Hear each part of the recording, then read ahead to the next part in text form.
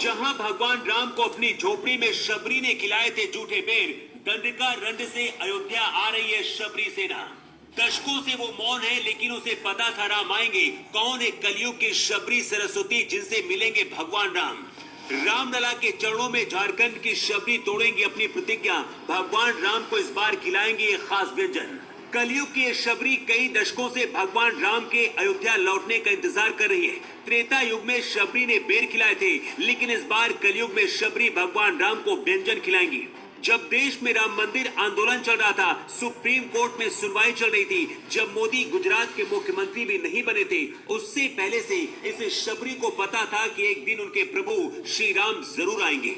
भगवान राम को जब 14 साल का वनवास मिला, तो दंडका रंड के जंगलों में भगवान राम शबरी के आश्रम में पहुंचे थे। माता शबरी एक भील राजकुमारी थी। बचपन से ही भगवान राम की भक्ति। जब बड़ी हुई तो उनकी शादी फिक्स हुई, लेकिन शादी के दौरान पशु बलि देने का रिवाज था। जब उन्हें पता चला कि उनकी शादी में पशु बलि होगी, तो अपनी शादी से एक दिन पहले वो भागकर जंगल आ गई थी और भगवान राम के आने का इंतजार करने लगी। शबरी को यकीन था कि एक दिन भगवान राम उनसे मिलने जरूर आएंगे। यही वजह थी कि वो हर रोज दंडकारण्य के जंगलों से भगवान राम के लिए मीठे बेर लेकर आया करती थी। लेकिन भगवान राम के इंतजार में धीरे धीरे शबरी बूढ़ी हो गई। एक दिन जब भगवान राम भटकते हुए उनकी कुटिया के पास पहुंचे, तो शबरी राम को पहचान गई और बहुत खुश हुई। यहीं पर शबरी ने अपने हाथों से तोड़े बेर चख चख कर भगवान राम को खिलाया था। माता शबरी ने ही भगवान राम को सुग्रीव का पता बताया था।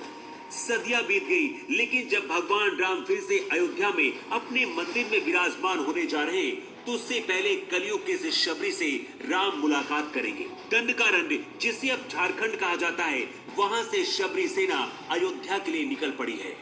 झारखंड की रहने वाली सरस्वती कैसे सबरी बन गई, इसकी कहानी भी बहुत दिलचस्प है। 85 साल की सबरी अग्रवाल ने 30 साल पहले मौन व्रत का संकल्प लिया था और प्रण किया था कि जब तक अयोध्या में राम मंदिर नहीं बन जाता, वो कभी नहीं बोलेंगी। प्रभु राम के चरणों में अपना जीवन समर्पित करने वाली सरस्वती अग्रवाल का ज्यादातर वक्त अयोध्या में बीता। बच्चों की शादियां हो गई, बहुएं भी आ गई, लेकिन किसी ने सरस्वती की आवाज तक नहीं सुनी।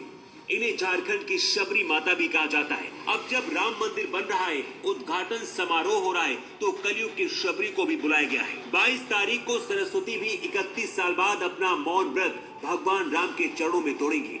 त्रेता युग में भगवान राम ने शबरी के हाथ से बेर खाए थे, इस बार शबरी के हाथ से बने व्यंजन खाएंगे। अब इस दूसरी तस्वीर को देखिए, ये शबरी सेना है जो झारखंड से अयोध्या आई है।